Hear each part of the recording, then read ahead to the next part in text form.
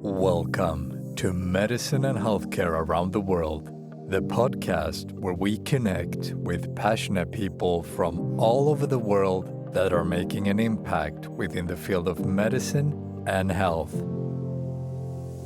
So, if you're tuning in to listen to one of our many great stories from wherever you are and wherever you're headed, please be welcome, friend, as we're about to get on with today's episode. Caribbean medical schools have gained a lot of popularity during the recent years and has become an increasingly attractive and an alternative pathway of studying medicine in English abroad. These universities usually model their medical programs after American medical schools and allow its students the opportunity to practice medicine in the US upon graduation. In this conversation, I'll be speaking to Neisha, a second-year medical student at the American University of Antigua, located on the island of Antigua in the Caribbean. She'll be sharing her story of what life is like being an international medical student in the Caribbean and how she shares her medical journey with others. Now let's get into the episode. Yeah, Neisha, so welcome to the podcast. I'm so honored to have you as my guest. We did a little bit of a chit chat, but where are you speaking to us from? Antigua. So Antigua, from what I understand, that's actually in the Caribbean and an island. So if we think of Puerto Rico, when we go a little bit to the right on the map, we find this kind of half circle. And Antigua is actually, if I'm not mistaken, it's like a dual nation. So it's called Antigua and Barbuda, if I'm not mistaken. Yeah, so it's kind of like two islands. So Antigua is kind of like the main island, and then off to the coast is Barbuda. But they're all considered like one country. Right. And so, stereotypically, I have to ask, of course, because I think of paradise. Everyone, I think, in Europe thinks of paradise when we think of, Antigua or the Caribbean. Is it warm? Is it like tropical over there? Oh yeah, it is very warm here. Like right now, it's starting to get a lot more hotter because we're getting into the summer months. So on average, it's about maybe 26 to 30 degrees on a typical day. Oh, I'm so glad you said that 26 to 30. I was afraid you're going to go with Fahrenheit, and I'm not really used to No, that. So I'm Canadian, so we always use like Celsius. thank you. Please, to my American colleagues We that will be listening to this podcast, please adapt to the European and Canadian system. And that was just a joke. But yes, so, you're a medical student. You're studying your second year at the American University of Antigua, also from, if I heard it correct, like AUA is the abbreviation of it. Yeah. So, first of all, finding yourself in Caribbean, we got to ask the question, what was the journey there? What was the decision behind studying at the Caribbean Medical School in Antigua? So, I'm originally from Canada. So I originally did my undergrad at the University of Toronto. And everyone who goes to the University of Toronto, we call it the University of Tears. So it's such a struggle to get through, but like once you're done, you're excited to get out. And immediately I just wanted to go to like medical school. So like any undergrad student, I applied to all the schools in Canada. There's probably about 10 schools in Canada, and it's really hard to get into a school. So usually what students do is they apply abroad. So I originally applied to the European vet schools, and I also applied to the Caribbean as well because I had a relative who actually went to St. George in Grenada, and she's graduated and now she's a doctor. So I originally wanted to go to like Europe. So I got an interview at RCSI, and it was really exciting, but unfortunately I didn't get in, which sucked. But I ended up going to the Caribbean. I originally applied to Medical University of the Americas. So that was originally my first med school that I went to.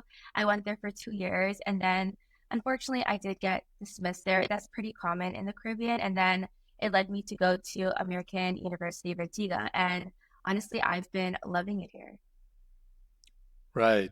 So just the university you told about in Europe, was that in the UK, the university that you Yeah. spoke Right. And from there, let me just rewind back to that. You didn't get in, fortunately or fortunately, I don't know, but you didn't give up. You continued, and you didn't straight go to the University of Antigua. Am I correct in understanding that? You applied for something else before that? Yeah, so I originally applied to the Medical University of no, the Medical University of the Americas, and that is in St. Kitts. So I attended there from 2021 to 20 no 20 September of 2020 to 2022. So I was there for about 2.5 years. And this is also in the Caribbean. It's called America's University, correct? It's short term. It's called MUA, and it's located in St. Kitts in the Caribbean as well. It's not too far. It's about like a 30-minute flight from Antigua. Okay, but still in the kind of island, the Antilles, I think it's called, like Yeah, the yeah, archipelago of islands. Oh, right. Yes, yes. yeah. So now you're a second year medical student at the American University of Antigua.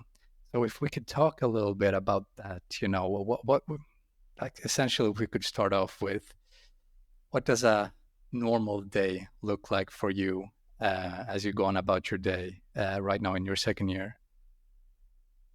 So typically, a normal day would probably be waking up at like 6, 7 o'clock a.m. And during that time, I would go do my morning routine, take a shower, do my skincare, and then make a cup of coffee and have breakfast. And then starting off my day, I would usually do Anki. Anki is really popular here, so I would usually start my day off with flashcards, do a lot of practice questions. I always have to make sure I get my practice questions in. And then we have this thing called SGA, which is small group activities. And this is basically where we have like a group of like 18 to 20 students, and we have like a facilitator who's usually a professor, and we go through a lot of questions, some areas of difficulty that we may struggle with. And it's kind of like more of like a intimate gathering where we can get like closer teaching on the topics that we're covering. And those would usually go on from 1 p.m. to 3 p.m. And then afterwards we would have lecture until like 6:30 p.m. And then I would just come home, make dinner, and then review the lectures. I typically watch lectures. Here, it's not mandatory to go to lectures. You can definitely live stream it, or you can watch it online afterwards, like 2 times speed. Because this semester our classes are in the afternoon. That's how they're scheduled. I like to watch my lectures at home 2 times speed. I feel like it's a little more convenient, so that way I have time to go to the gym, make dinner, and then just review for the rest of the night, and then probably head to bed around 12 p.m. No, 12 a.m. Right. I think that's a good marking of a future doctor, someone that can be effective, double the speed going through the Yeah. lectures. But very interesting, and a huge difference from what we see here, at least at the University of Bari here in Italy. So it sounds almost like I'm very interested in the part you told me about you guys getting together in small groups with, from what you told me, I understood it as a teacher or maybe assistant to a teacher, and you go through, is it kind of a clinical reasoning based problem solving that you're doing, or do you have lectures too in the morning in the same way? So these are kind of more like cases we would go through. Like sometimes we would get like a case like a 30-year-old patient comes in presenting these symptoms, and then we would get a few questions, or we would get like practice questions relating to our topics. And that would kind of be like our first class of the day. Because in Med 2 and Med 3, our classes start in the afternoon from about uh, 12 or 1 p.m. to like 6:30, and then Meds 1 and Med 4, their classes are in the morning. So they would have their classes at like 8 a.m. Up until like 12 or 1 p.m. So it kind of like alters depending on like what med semester you're in. Right. But these kind of small group practice sessions that you do, they're like present throughout the whole curriculum or academic years through your years in medical school. Because Yeah. very interesting. We completely lack this, at least here at the University of Italy, of Bari. And I'd say in Italy in general, the kind of English medical schools, because we have, it's incredibly theoretic based, and the lectures are like, at least here in Bari, from 9 sometimes to 8, depending on the semester, to 1 or 2 in the afternoon. And those are like, the classical lectures, teachers appear, they have their lessons in Yeah. whatever, biochemistry, anatomy, physiology. and then and then we finish. But because I believe this kind of practicing with kind of real, it's not real cases, but like maybe you guys are doing real cases actually, like past cases that actually have occurred, but Mhm. we completely lack this. And I'd say even because you would always have in Italy the English speaking or the English curriculum course, and then you have its counterpart, which is the Italian, which has existed since, medical school existed from the beginning in Italy. And they are even more theoretical based. So I'd love if we could have that. Maybe we can put that forward with the student secretariat here, but I'm not sure about It's that. really No, beneficial. I yeah, really enjoy it because like if you have questions, like you can ask the professors and then you kind of get like an idea of like what your other colleagues are thinking. Say like you're reading the question and you have a way of thinking about it, but then your colleague will be like, oh no, I think it might be this. And then you kind of learn like the different ways you can interpret the question. no, And it's really beneficial because when you go to the exam, you kind of like have an idea of like, okay, where is this question leading to? And then you kind of have like an idea of like how to go about it.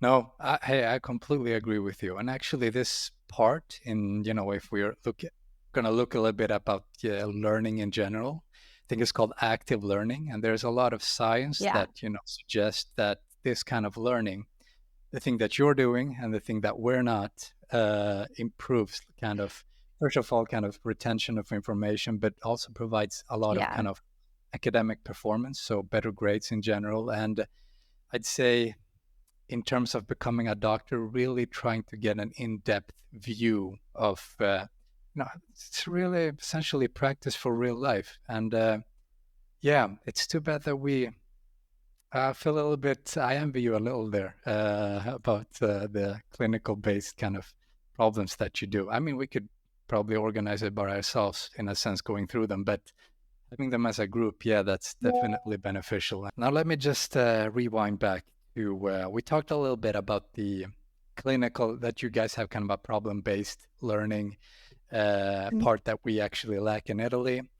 But in terms of exams, because I like to make this comparison, I think we have a very unique exam system in Italy. And I'd just like to ask you, first of all, about how exams works over there in Antigua, the American University of Antigua. So do you guys have like multiple choice questions, presentations? What do you usually get graded on is essentially my question. So our exams are all multiple choice. So this semester, we have professor written questions. So the professors usually pick the questions, and our exams are usually about like maybe 100, 130 questions. Previously, we did have these things called NBME, the National NBME, National Boards of the Medical Examiners questions. So these are kind of like state board questions from the US that are standardized to like kind of prep us for like step one. And also, we have this exam called the comp that all Caribbean students have to write in order to take step one. So we would previously have those questions, and they're a little bit more tougher, but they're a lot more straightforward. But Well, essentially, everything is all multiple choice. so on paper, we could say that we can Oh agree on that. no, it's not on It's not. paper. It's all electronic. So NVMe, it's all electronic. It has its own program, and then our professor written questions are on this app called Exemplified. So everything's all multiple choice. Also use some kind of Yeah. learning platform when you do your tests, and then you use your Yeah. computer, or maybe the university computer if they have like a computer room where everyone sits and do them. Oh, Uh, so we no, have to bring our laptops to the exam, and it's like a whole like TSA airport checkpoint. So we bring our laptops. We have to leave our bags in these plastic bags, and then our bags are set on a table, and then we go to our allocated rooms because on our phones we get an email at 5 a.m. letting us know what room we're riding in, what seat number we're in, and we well, essentially go to the room with our laptop charger and ID card, and then they literally take our laptop, they inspect it, they make sure there's nothing written on it. And if we have like those keyboard covers, they literally ask us to take it off, they inspect it, oh, put it back yeah. on, and then we head off to the room. And then once we're in the room, they inspect us. So like they have us like they check our arms, like check our socks. We can't have any jewelry while we're writing unless it's like for religious purposes. We can't have anything on. And then we go and we take our seats.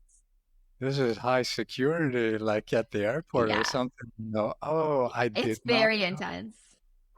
Yeah, like you guys weren't stressed enough for the exam. You guys had to go through all this, you know. Oh, and one more thing.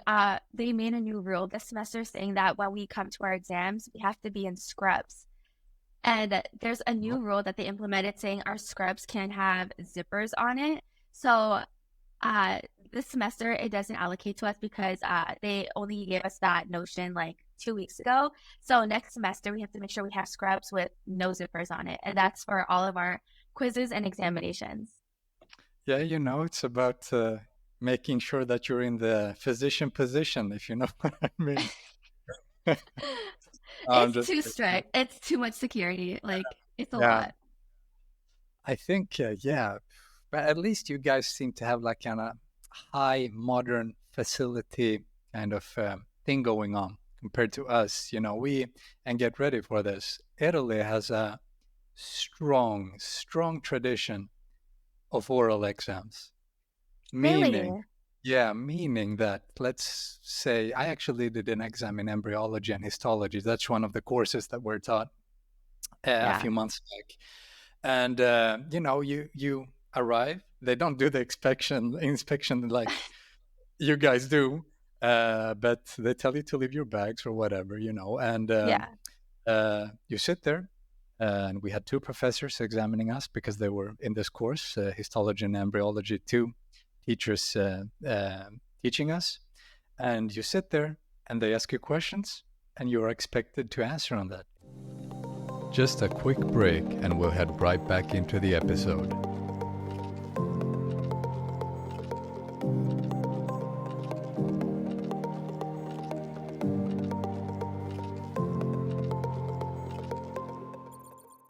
Just to end on the oral exams, yes, big difference between, I'd say, University of Antigua, the general Italian university. But yeah, you told me, forgive me, I just want to make sure you finish your point there about you guys do some kind of oral. No, you don't do. You told me you're not No, doing any kind. so it's not required for like our curriculum where we're graded on like an oral exam. Everything's all based on examinations, like everything's multiple choice. I would say the only thing if you're doing oral is probably maybe for research because we have this thing called Research Day. I believe it's actually this Friday where students who are working on like research projects, poster projects, stuff like that, they'll give like an oral presentation. However, that's not graded into your final grade. It's kind of like more of something that you present to whoever's attending research day, and that kind of gets added to your CV or residency. I see. Yeah, so it's a way Yeah, of improving on that, life experience or yeah. clinic or educational experience, if I may say that. Okay, yeah. So, what about other aspects of your curriculum? I was thinking about, in general, um, accommodation in general. As an international student, how does that work in general when you first arrive there? Is everything, do you have some kind of all-inclusive fee? You pay the university and then provide you everything? Or what did it look like for you when you got to the University of Antigua first? So basically, we get like a lot of people coming from like Canada, the US, a lot of people from like India, Britain. So basically, we pay like a flat tuition fee. So it can vary between, I think maybe 22,000 to 30,000 dollars. And it also depends if you get a scholarship. Like for myself, I did get a scholarship, so that cut my tuition back a lot because the prices here in Antigua, they're all US. So everything's all based in the US system here. So whenever I pay tuition, everything is converted to Canadian dollars, which is a little bit more expensive. So Yeah. everything is all inclusive here. So tuition is paid separately, housing is paid separately. So for the first semester, you are required to do campus housing. So you can stay on campus or you can stay on off-campus campus housing, which is housing off of campus, but it's still the payment is still directed to campus. So everything's kind of like all separated. And then after your first semester, you're still paying tuition, but you're finding your own independent housing if you choose to. So currently, right now, I live at an apartment paid by a landlord, and that's like a separate price from everything else that I'm paying. And some students, you can take the bus from the school, but that's also an extra fee paid to the school, or you can rent cars from like local renters here. You can also Right. get a taxi service as well that's not provided by the school. But there's like a lot of expenses that are paid. So nothing is all inclusive here. Everything is money, money, money. You just got to pay everything. Yeah, yeah. And you said around 28,000 to 30,000. Is it like during your whole program or per year? I think it's per year, right? Am I It's right? per semester. Per semester, yeah. Yeah. No, Um, this, yeah, sorry, man. This is the thing we have to address. Like, from my American colleagues too, the way that they speaking about, like, from what I understand, first, just to get things clear, when I looked at yeah. the University of Antigua, it says a kind of you. So it says American University of Antigua, but it's a kind of they're basing their teaching on the American kind of medical curriculum. Is this true? Yeah, So they have it is. So everything that we're doing right now is all catered to the U.S. system because once we finish our semesters here, our goal is to take step one, and step one is all based in the States. So everyone is required to take a step one exam in order to pass that and then do rotations. And all the rotation clinicals are in the States. However, since I'm Canadian, I do still require to take step one. But if I do want to practice back in Canada, I do have to take the Canadian exam as well. right. So just to get things straight, the step one is some kind of, you get your medical degree from the University of Antigua, and then there's some kind of step one. Is it, you talked a little bit about clinical rotation, but is it also some kind of multiple choice exam that you do in order to, be eligible Yeah. to is it only for the clinical rotation? You do that and then you can enter the wards more or less, or? So since I'm in second year, we have 5 semesters here. So next semester I have Med 4 and then Med 5 next year. So Med 5 is basically you're reviewing, you're prepping yourself in order to take step one. So you take step one after you complete your basic science years from Med 1 to Med 5. And as we are Caribbean med students, we do have to take this thing called the comprehensive exam, comp for short. So we have to take that prior to taking step one. And that's kind of a ride or die for Caribbean students because it's very hard to pass that exam. They make it a lot more harder than step one. So once we pass the comp, we're eligible to take a step one. And that's kind of like our sort of like licensing exam, letting us know that we understand the fundamentals of what it takes to be a doctor. We went through all of anatomy, physio, pathology, pharmacology. And once we pass the step one, then we're cleared to do our hospital rotations in the States. And then we do that for 2 years. And once we complete that, then we're set to graduate and start matching into residency. Right. Just when you said it's a ride or die for the thing you do before the step one, the kind of, forgive me, I can't remember what the term you used was, but is it a Oh, one, the the comprehensive, comprehensive yeah, exam. Yeah. the comprehensive exam, like ride or die? Is it a one thing you do it? It's now or never, or you're doomed? Yeah. So there Is are a few chances you can take to take the test. So on your first chance, say like you don't pass it, you are able to take it again. I forgot how many times the school allows us to take it. I think it's maybe 2 or 3 times. And then if you don't pass that after the attempted chances, you are dismissed, which is unfortunate. You can appeal it to retake it again. But some people do transfer to another school and then take the comp there and see if they pass to take the step. Right. So when you say that you're dismissed, that means you can never take it again at the University of Antigua. If I were to do the comprehensive test, I failed 3 times, and then they say, no, Hosam, sorry, dude, you can't go on. But I can go to another Caribbean medical school. I don't have to repeat the whole Med 2, Med 3, and just do the comprehensive test at that university. Is that correct? So you might have to if you get dismissed from like AUA, you can take it at like another med school, but you might have to repeat the last semester. It Yeah. depends on the school's regulations because sometimes they'll say, oh, just repeat from like Med 3, Med 4, or you can just repeat Med 5 and then take the comp. It just all depends on like what school you go to, but essentially you can retake it at another school. Yeah. It's about finding those ways and being, I guess, Yeah. creative in a way. Yeah. Well, so how do you feel about all of that? About having to do a comprehensive test and then you have to go to the US, 2 years of residency, you told me? No, sorry, forgive me, not residency. Like, do you call it clerkship or rotation? I think Yeah, that's the same thing. You go into the wards and like yeah. follow doctors. Yeah. Okay. Okay. So, is this your plan too? That you're thinking of once I've graduated, or you don't graduate? I think, but you, if I understood you correctly, you go through Med 2, Med 3, and then you do the comprehensive test. Am I right? And then you have to So go to the yeah, sorry, my dear. Yeah, you might it's have to okay. explain that again, but there a lot of steps, a lot of like every country has very like specific steps that you have to follow. But yeah, please go ahead. So basically, like you have the right idea. But when we say like Med 1, Med 2, we're talking about semesters. So you complete your Med 1 to Med 5, and then you take your comp. And if you pass your comp, you can take your step.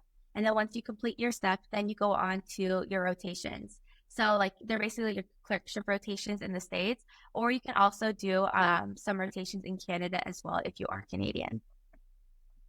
And this, I imagine, must Yeah. be an opportunity for you then, right? Have you thought about it, or Honestly, are you already doing it? Maybe. I thought about it honestly, like from my experience at my previous school to now, I feel like I'm a lot more prepared and have like an idea of how things actually work here. So honestly, I don't mind if I don't go back to Canada. I've been in Canada my entire life, and especially with the residency that I want to do, I definitely want to go into dermatology and knowing how hard it is to match back into Canada. It's not necessarily hard, but it just depends on like what kind of specialty you want to go to. I'm a lot more open to traveling in the States. I feel like it would be quite an adventure to do that as well. And I honestly haven't traveled much in my previous like experiences. So I'm really Yeah. open to like exploring, going to different states, doing my rotations there, and maybe matching back in Canada or the US. It kind of honestly depends, but I'm just like letting my life flow as it is, just trying to get through uh, comp first and then step, and then I'll probably think about like where I'm going to go for rotations afterwards. Because the thing with these schools is the program changes a lot. So you'll have like openings of different hospitals. Sometimes like regulations might be like a little bit more different. So things are constantly changing here. So I'm pretty much open to like anything. If I do decide to do some rotations in Canada, do some in the States, or just completely like do my entire residency in the States, like everything, I'm open to anything at this point.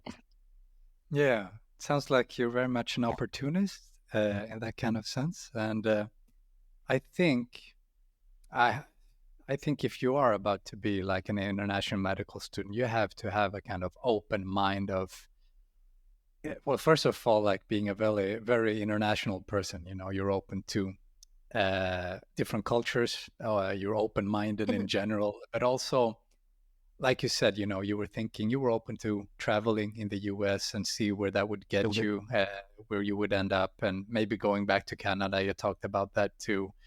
Um, would you say that this mindset, I think it's a very important mindset, this kind of open mindedness to have as an international medical student, wherever you are in the world studying, being in Europe, Canada, Caribbean, or Australia, Singapore, you know, wherever you are. But very interesting. I'm very interested to know more about that. First of all, if I'm right about, you know, my perception of you or view of you of being like open-minded or kind of open. You talked a little bit about going with the flow, but you seem like a person that's very kind of worldly, if I may say. Yeah. And is that helping you in your everyday experience there at Caribbean? Is it helping you in general when you travel? Do you think it will be? I just want to get a conversation going about the importance of being kind of worldly in a sense. And if you agree with me that this is an important skill to have as an international medical student. Honestly, I think it is very important for me. I always like learning about different cultures, different perspectives, because especially with my first coming to the Caribbean schools, I got to meet a lot of Americans. And I've noticed that a lot of the Americans aren't aware of other cultures outside of the States.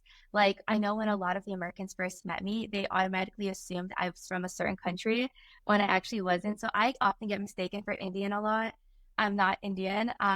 So I'm from the country called Guyana, and we call ourselves the Guyanese. And a lot of people have never heard of that country. And a lot of people mistaken me for saying I'm from Ghana, which is a country in Africa. And this is the kind of Right. thing where I feel like a lot of people really need to open up beyond their country and learn about the different cultures, the different countries, and just the different people. Because when you have these experiences with them, you learn about their culture, you learn about their heritage, like where they come from, the foods that they eat. And this kind of ties into the medical aspect as well, because we learn that certain diseases are prevalent in different cultures as well. So if you kind of have like an understanding or a concept of, oh, this person is from this heritage, they're from this country, they can have like a connection with this type of disease or something, or you learn about their languages and you're able to connect with your patient in that kind of sense, or have an interpreter come. So you kind of have like a familiarity with like where they're coming from in your interaction. So I feel like having that connection worldwide and learning about people's cultures and being open to understanding them, it can be beneficial to like many different aspects. Because I got to interact with a lot of Antiguans here, and they're just such friendly people. I absolutely love them.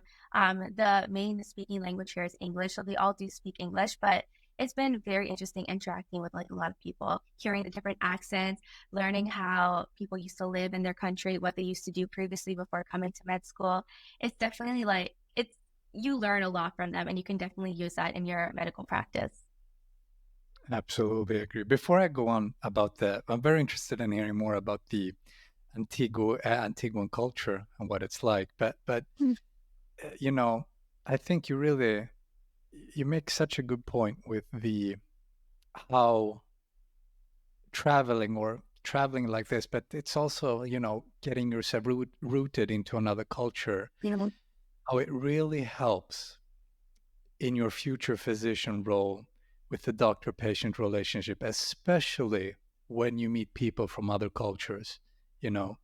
So whether you go to the US and you meet people that are from, immigrants from different countries, or mhm. uh, whether you go to Canada, I know both of those countries are very like, yeah, have a lot of immigrants, as does Europe, of course. And just And having this kind of worldly experience of traveling, maybe in yourself, also being in the position that you are, a foreigner in a sense, really can be, I truly believe, like, from what I understand what you said, and you put it so beautifully, but it really could help you in providing the help. And I think, especially, what's really lacking in a lot of hospital settings is the doctor patient relationship, especially since everything is becoming so modernized. You almost forget about the patient and her story or his yeah. story. So, absolutely agree with that. And please do tell me if I was wrong in, if I misinterpreted you or if I didn't understand what you were saying. But yeah, I think that's an advantage you get by traveling or being an international medical student, is that you really can use that to your advantage in your future doctor-patient relationship compared to someone that might not have studied abroad like, you and I do. So absolutely. And it's also a thing of respect as well, because the one thing is you don't want to disrespect people. One thing I learned about being in Antigua, and it's also part of the Caribbean culture, because my family also does this as well, is that if you see somebody, you always have to say good morning, good afternoon, good night.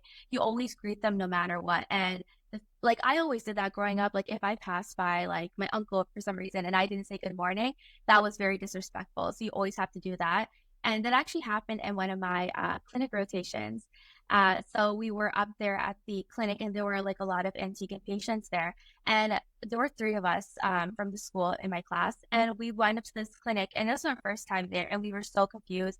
We didn't know where to go. The doors were closed. We didn't think they were open yet. So we walked past everybody to the front door.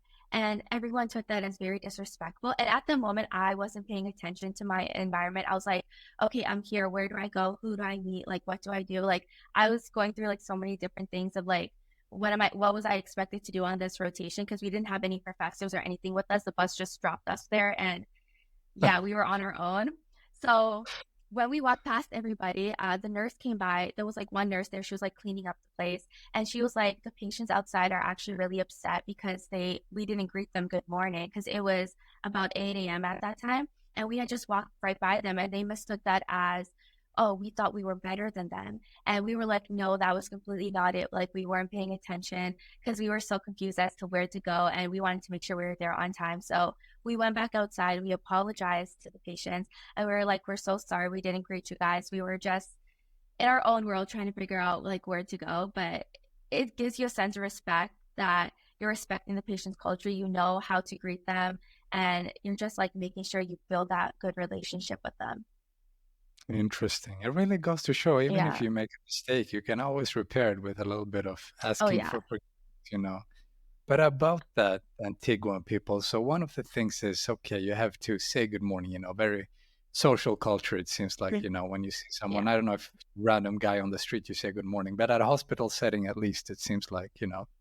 So what more is there to say about the Antiguan culture or the people, you know? It was a former British colony, if I'm not mistaken. I thought it was Yep. Spanish actually or Hispanic because it was Antigua, and I was like, yeah, that sounds Spanish. But yeah, I guess not. A former British colony. So Yep. important to say to greet people as you go into the hospital setting, you know, and you made up for it by going and apologizing, you guys. Fantastic. So what else is there to like from your experience in Antigua? Have you learned of the culture so far? So everyone's friendly. Like someone will be walking on the streets and they'll say good morning. I'm like, good morning, good afternoon. Like you literally greet strangers. Like everyone here is so friendly. Um, the culture is pretty much similar to like any other Caribbean country. A lot of people are English speaking people here. They do have like a Caribbean accent as well. The food here is really good. Everyone's like really friendly. They do have like a lot of similar things that um, North America has in terms of like grocery shopping and stuff. Everyone drives on the left side of the road here. Um, but yeah, Oh, like the beaches are really nice. A fun fact, Antigua actually has 365 beaches. So you can literally oh, go to a that's beach every year. every single day No, of the year. sorry, yeah, Yeah. really, that's fantastic. Wow, yeah. Yeah. Yeah. Okay.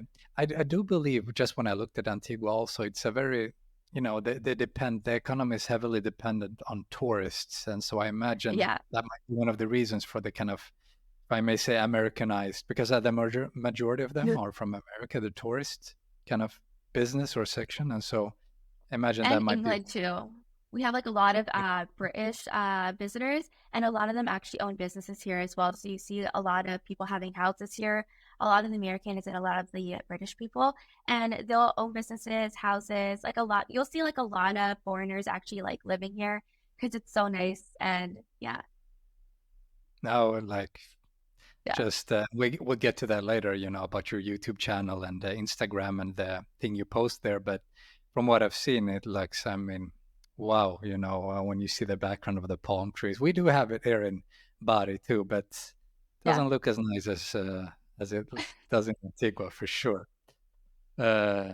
Right. So very social, you know, the food you told me a little bit about that is very good too. Um, what about they spoke English? Told me about that. You know, they speak English. That's the official language. What might be one of the? We talked a little bit about one of the cultural differences. You know, greet someone, or maybe it wasn't a cultural difference for you because you grew up with, you know, saying hi to your uncle. You had that kind of yeah, mindset already. It seemed like from you know early childhood, and from what you told me, you were just very occupied at the day because the bus just dropped you off at the hospital without any professor. But yeah. understandable for sure. But you've lived there for is it 2 years, if I'm not mistaken? 2, 3 years? 1.5 years so far. It'll be 2 years, probably like end of December this year.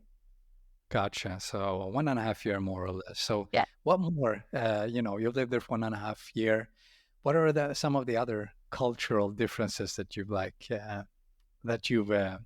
experienced in Antigua, and how have you kind of because you always have, I'd say, in a sense, you know, you come there, you have your own culture, your own story, and you have to do some kind of adaptation or Mhm. modification. It changes you, really, you know, as it has for me from living in Sweden, growing up in Sweden, and now I live in Italy. I find myself being different going back to Sweden. And we can talk a little bit more about that later. But what, so on that topic, what are some of the cultural differences that you've encountered, and how have you essentially kind of embraced that or taken on that challenge, if it has been a challenge in the first place?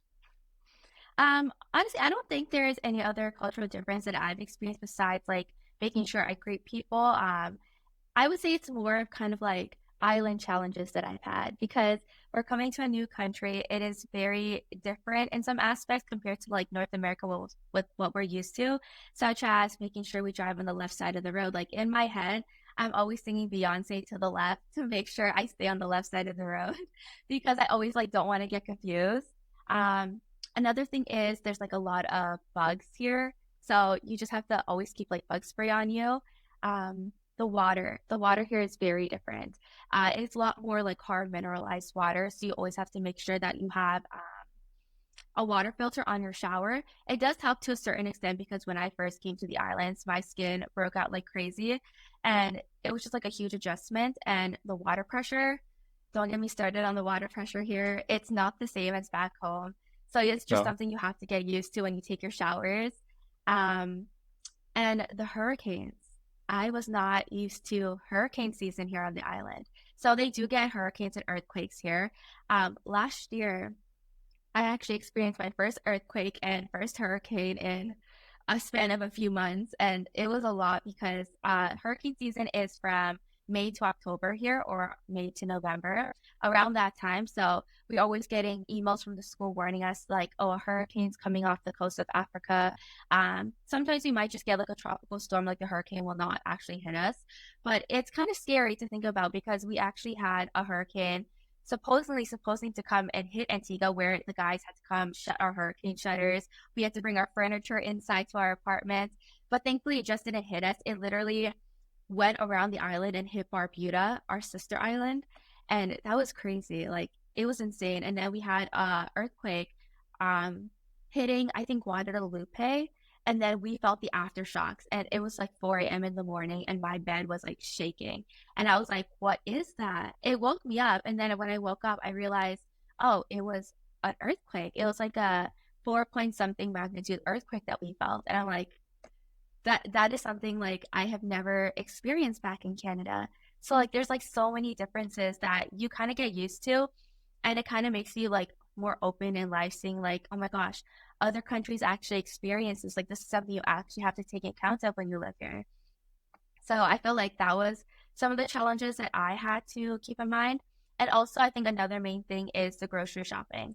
Because all of our imports here are from the States, you always have to make sure that you're doing your grocery shopping, getting everything that you need, because sometimes the grocery stores won't have everything in stock like they do back home. And everything here is a lot more pricier because everything's all imported. Except fruits, like fruits here, I feel like are pretty good if you get them from the markets on the street. Like they're pretty cheap and they're also very fresh. But I feel like those are some of the island challenges that I personally had to overcome.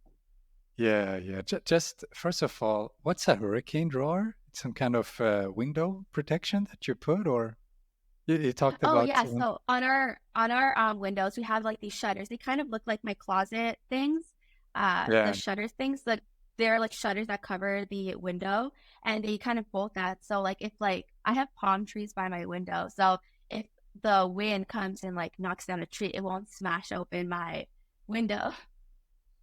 Oh, that's a beautiful cultural adaptation, to the, and this is the everyday life. Oh, not everyday life. It doesn't, thankfully, I'd say it doesn't happen too often, but for sure, it's one of the, and I'm sure it's very integrated in in the culture for sure, maybe into even some kind of religious context, people tend to, I'm really going on about some kind of religious jargon here, but uh, it's very interesting. So you'll be going through both earthquakes or earthquake and hurricane season, So this kind of physical, how should I put it? More like, yeah, natural circumstances, if I may put it that way. These are natural occurrences that happened. Uh, but what about the kind of, you talked a little bit about it. You didn't find it too difficult to adapt there in terms of the kind of cultural differences, or did I understand you that they weren't that big, or the differences weren't that great? Yeah. There's not that many big differences. I would say the only thing is if you didn't grow up with like a Caribbean community, sometimes it might be difficult to understand their accent a little bit. But other than that, just greeting them, everyone's basically the same. Everyone here is so friendly and kind. I wouldn't Oh, say there's many big cultural differences. Like if you come here, you can easily interact. Just make sure you're very friendly and you'll accommodate to the island life really well. and do say hi to people at the hospital. I remember that if I Yeah. ever see myself being Or if there, on you're on the street, just say hi to a person walking by. Say good afternoon, good night. And they don't say good evening here. They say good night as their good evening. So there's like some switches in the way that they say certain phrases. But other than that, like everything's basically the same, how you would interact with your friend. That's right. Oh, that's so interesting. You know, first of all, the good evening part, they have that in south of Italy. They don't say good afternoon. Yeah, they have good morning or Mhm. good day. But then when it hits 12, everyone says like good evening, you know. Really? Yeah, yeah. So that's also one of the very interesting things. But I'd say the social aspect for me. So I was born and I grew up in Sweden, and that's I mean, in Mhm. Europe, we talk about Scandinavia being the most antisocial country there is, very individualistic. Everyone lives in their own sphere or bubble. And that has been Yeah. my major challenge, coming to Italy, especially south of Italy, because people are very much like you describe Caribbean people in a sense, or Antiguan people as open, warm, and friendly. They do not say hey to everyone on the street, though, especially in the bigger cities like Bari or Napoli or Palermo, in Sicily. But the warmness, and that people say hi, like Mhm. when you go to the gym, people say hi to each other. That is something that I Yeah. really had to adapt to. And on that note, when you go back to Toronto, and I just like to start with me, when I go back to Sweden, I really notice how I've changed in terms of how more social I've become. I'm more relaxed, I'd say, or easygoing Mhm. compared to how stiff I was, if I can put it like that, before I came to Italy. Uh, to the point that I find a lot of Swedish people being very boring to hang out with. Sorry about that for every Swedish friends and family that might be listening to this, but it really changes you, and I'd say in a good It way. does. This and has that been, same for you in any sense? It has, because honestly, I consider myself a introvert. Like I like to stay to myself. I'm like very quiet, but coming abroad, I've actually noticed I've become like a lot more social, a lot more vocal. I'm not scared to speak of my opinions as I was before, and I'm more open to asking questions because in class you have to ask questions to understand these things. You have to be more opinionated and be more questionable when you're talking to patients. So it definitely made me a lot more open. And I've noticed my interactions, especially going home, have been very different. Like, I'm just like a lot more social, and it definitely has changed my life for the better. Yeah, yeah, we agree on that. Both what Yeah. concerns Italy and Antigua. That's fantastic. No, this is what travel does. And not travel in a sense, because sure we're traveling, but we're also actually Yeah. living in a country long enough to actually experience how the culture might change you, and it does change you. I don't know about you, but Was. last summer when I went back to Sweden for work, I and it just shows like my brain actively searched for Italian words. When people went by and spoke what was Swedish, it looked for like it was almost like this was in the first few days. Then I kind of adapted, but I just heard how people were speaking Italian, and my brain was trying to find Italian words, and just I just wanted to talk a little bit about how it changes you even in the brain. I'd say at least for me. So yeah, um, let me see. It's okay with a bit of a pause because you could edit it like this, but I made a list with things to go through just in general. We talked about the university, yeah. Well, we could talk like because so you're also a medical student, of course, but you're also very much, active on social media, correct? Actually, the way I came in contact with you was I looked at the Caribbean medical schools and I found your YouTube channel. So could we talk a little bit about that, your social media, what it is you're trying to promote, and where, I'll leave it in the show note, of course, where they could follow you and post, information so they could follow you, watch your YouTube videos if they're interested in seeing how your life is as a medical student in the Caribbean. It's very interesting. And also, like we talked about earlier, Yeah. the picture or the scenery is beautiful. But so what is it that you do usually or trying to promote, post when you're on social media? So originally, when I started my social media, it wasn't on anything med school related.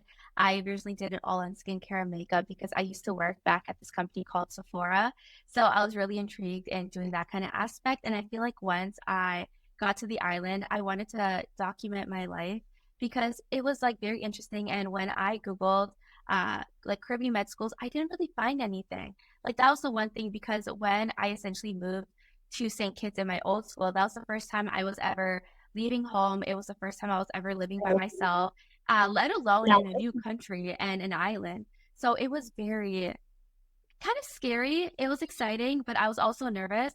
So during that time, I tried to YouTube like what's like on the island, but there were no videos. Like it was so hard. I'm like, why doesn't no one document their life like this? So that kind of gave me the idea of like switching my platform over to making vlogs about like medical school, like how my life is like, what you need when you travel to a Caribbean med school because I had no idea what to pack. I didn't know like what to expect, but thankfully, like I had a cousin who went to an island for school, and she kind of like gave me the rundown of like what I needed and stuff. So it was kind of nice to have like a little bit of guidance. Um, but I essentially vlogged my life. I vlogged how the classes were like, how the people were, how the island was, to kind of give students like a little bit of perspective because I know how scary it is to go to a whole new country in an island itself and not knowing what to expect. And the biggest thing I would find is that was difficult is if you didn't bring something from back home, the shipping cost was really expensive. Particularly in Canada, if you forgot something to ship it over, they go by pounds. So say like your credit card expired and you needed a new credit card. This actually happened to me. You would have to pay $200 to have that credit card shipped over, just in like a little letter. So it was Yeah. pretty expensive. Um, so I basically just documented my entire life. And then when I ended up getting dismissed from my old school, it was kind of hard. I actually thought about ending my social media because I didn't know what to expect. But I realized that it actually happened to a lot of students the more that I spoke about it. So when I released that video, I think I released it maybe 2 or 3 months after the entire thing happened. And that entire thing, I created like a script and everything to make sure I covered my bases. And when I had posted that video about my dismissal, then I realized that it happens to so many students. Like a lot of students have reached out to me, letting me know that they went through the exact same thing and they were just so happy I posted that because a lot of students needed guidance and they are looking for someone to relate to them. And I feel like that's one of the hardest things is like talking about tough topics like that. So once Mm. that happened, I'm like, okay, I really have to ensure that I continue documenting my experience because a lot of students do relate to it. And it's also kind of fun too, um, posting my life and just interacting and networking with other students. So when I came here to Antigua, I also continue to document my life, talking about some of the difficulties that I've experienced, some of the good things, blogging how the classes are, because I do realize that between different med schools, there is a kind of difference in the curriculum, the classes, and also the island has some slight differences as well. So yeah, it was pretty fun documenting my life.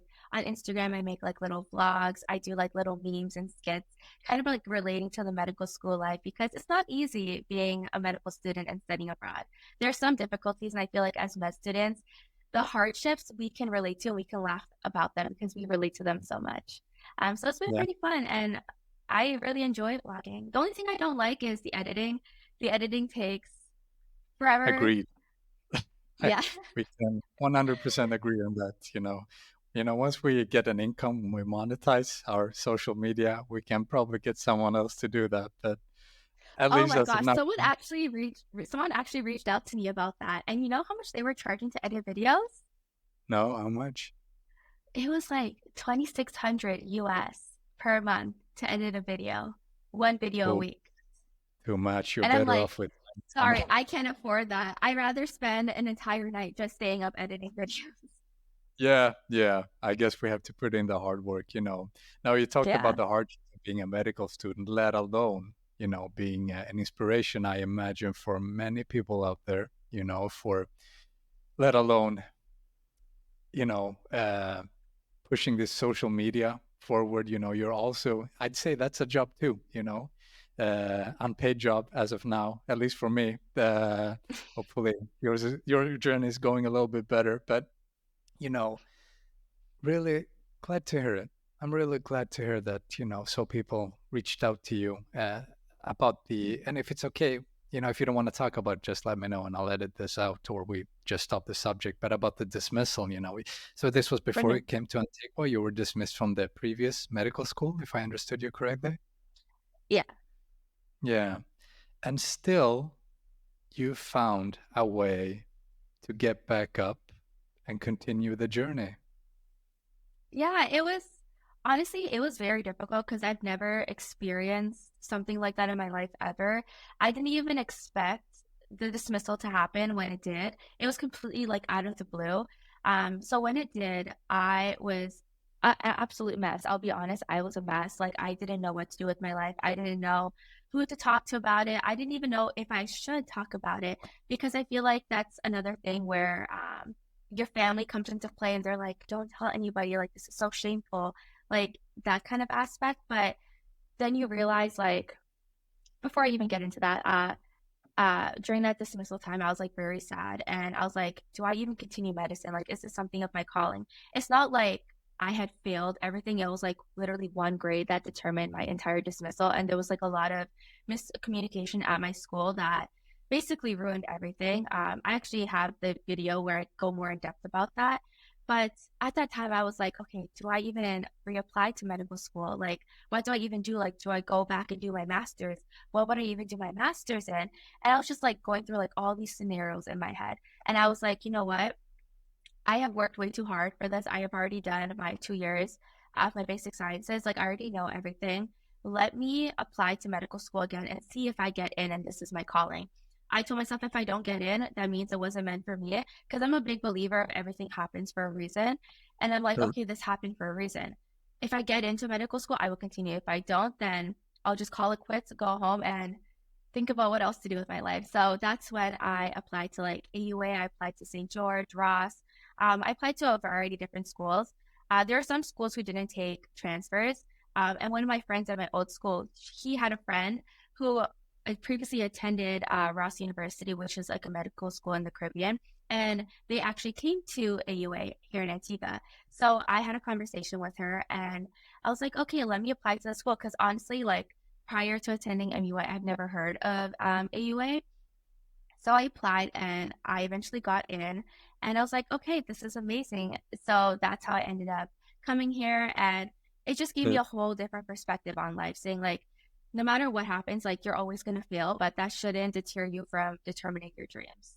And the thing I also learned is so many people are going to have an opinion on you, such as your family, because they're going to be the ones who there's like going to be so many different perspectives. Like some people are going to be like, you have to keep this quiet. Don't tell people you got dismissed.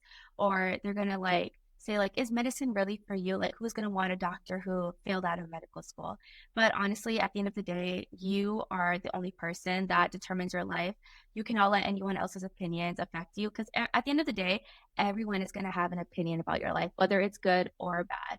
So you just can't listen to those opinions and you just have to do what you have to do to succeed because I would have to say, like, if you want to be a doctor and that is your goal, go ahead and be a doctor. It doesn't matter if you attended one medical school. It doesn't matter if you were like a business person prior to or like you painted. If you want to be a doctor, go ahead, work for it. If you put in the work, you will see the results. That's right. Beautifully put there, really. You know, it's funny how we live in the society. I imagine Canada too, you know, Western societies, especially how the naive idea of that you cannot fail. You know, I don't know Yeah. about you, but if I met a doctor who just honestly told me a story about that he maybe failed medical school, but I hear how he or she, I guess in your case, still continued. That is you know, that's a resilience. That shows really, Well, that's a life experience that you can use whenever things get hard. in medical school, and I'm sure it will. Okay. Life is such as such, but as you become a physician, and you might be getting into very kind of difficult situations in the clinical setting, I would be I would be more comfortable with having a physician that went through that, and being very humble about it, understanding that failure is it's one of the best teachers when you once you get past the kind of shameful phase, if I may put it like that, Yeah. I'd rather have a physician like that than someone that's, just full of pride or someone that can admit mistakes. It, And from what it seems, good job on you, really. Good job on you, really, for yeah. getting back up. But also, and I think you seem like a very resilient person in a sense, also, or learning from mistakes, also, which I'm sure you did with the whole dismissal experience you had, but Yeah. also going back in the ward, apologizing to the patients for not saying hi to them even though you I guys know. had a what seemed like a very stressful day. Uh, but I think failure is a great markings of a future physician, and I think you should make those Good. failures in medical school rather than in the Mhm. operating room because you Oh didn't yeah. get enough. So really encourage people to make. Uh, I shouldn't say go and fail, but if you fail, which naturally happens, is going to happen to Yeah. everyone. It's very important to find the energy. How should I put it? The energy or the effort to just come back. So Yeah. really fantastic. I think this is a great markings of a promising physician for sure. Not only Yeah. failing dismissal, and I have done that too, by the way. I could say that when I applied for medical school in Sweden, but also in medical school, first time I did it in Italy, I failed too. And I do make Mhm. mistakes also, not intentionally, Yeah. but you tend to learn from them. You do. Uh, yeah, and it is a great marking of a future physician, I'd say. Absolutely. I So they agree. can, Humility, not having any pride, and just being humble makes for a very good physician. yeah, we all know. I don't know about you, but if you had a physician that was like really competent, but you could get the feeling that this person also came from hardship, but is very humble about it. That's Mhm. yeah. I always feel very comfortable with those kind of physicians. Not that I Yeah. see physicians a lot, but or I do since we are medical students. We talk. Yeah. But do you have that too? You're taught. I hope you guys have like physician that teaches the courses, and you get that's a good physician. That one right there. Oh, we And actually that do one have classes for that. for So for interacting with patients, I don't know if you guys have this, but we actually do have these classes called ICM, which is an introduction to clinical medicine, where we actually get set up with a patient and we learn how to converse and do patient interviews and do physical examinations with them. And that's how we actually learn how to like go about talking to them and going about the appointment. Yeah. Oh, that's we do have a course called Doctor-Patient Relationship and like bioethics. We do have like I like human science part which focused, but Mhm. that was very much a PowerPoint presentation, and you could do something in Italy. Yeah, something you could do in Italy. It's very flexible in the sense that you can go to a physician you like once you've done a kind of work security course that I'm actually doing at the moment. It's like several steps. I'm not going to go into the details there, but uh, once you pass that, you can like if you see a physician that you really like. I have a few in mind already that I go like, hey, could I just follow you around? And if you could. If you show your feet, you could take on more responsibilities. So we don't have those courses like you guys do. I'd love to have that where it gets really like kind of integrated. Everything is so theoretical, Yeah. that's one of the downsides of Italian medical schools in general. But you could, if you take your you have to see, like we talked a little bit about this throughout the conversation about finding your ways, And one of the ways that I Yeah. do is I go back to Sweden to work at a hospital. That's my way of getting my clinical experience. So we have to be kind of creative and opportunists in the medical. I hope we get better at that as we navigate our way through medical school in an international setting. Absolutely, Oh, we yeah. will. Hopefully, yeah. holding our thumbs, as we say in Sweden. Oh, we Crossing say our fingers crossed. Yeah. yeah. Like I've noticed because we're in an international setting, like international class. It's in Italy they do this too. They're crossing their fingers, but Okay. the north you go in Europe, they tend to hold their thumbs as a way of crossing your Oh, that's fingers. So interesting.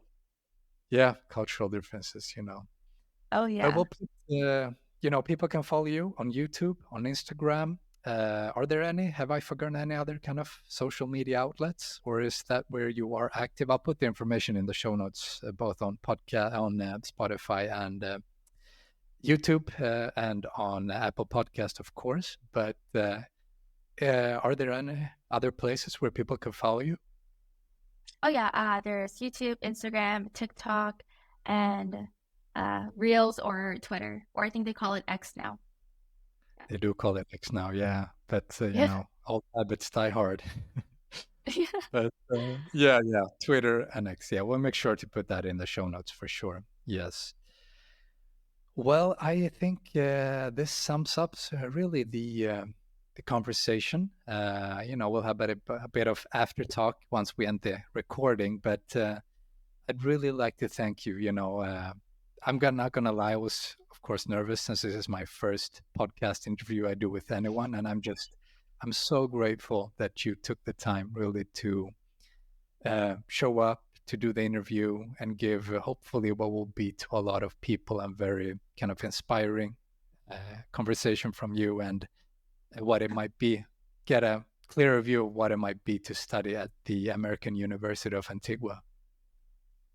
Thank you for having me. I was honestly very nervous as well, considering this is one of my first podcasts that I've been invited to do, but it was a really good experience. I want to thank you so much for having me, and I really enjoyed being here. Yeah, well, thank you. Right back at you, and really best of luck with the medical studies. I think we're looking at a very promising position in the future, at least when it comes to resilience, absolutely. But also, I think I get a Thank you. feeling of humanity as well. So best of luck, my dear, really. Thank you. You as well. Best of luck with you and your studies. You're going to be an amazing physician. Thank you. All right, so that concludes today's episode. Thank you so much for listening. I hope you enjoyed it, and I'll see you in the next episode of Medicine and Healthcare Around the World.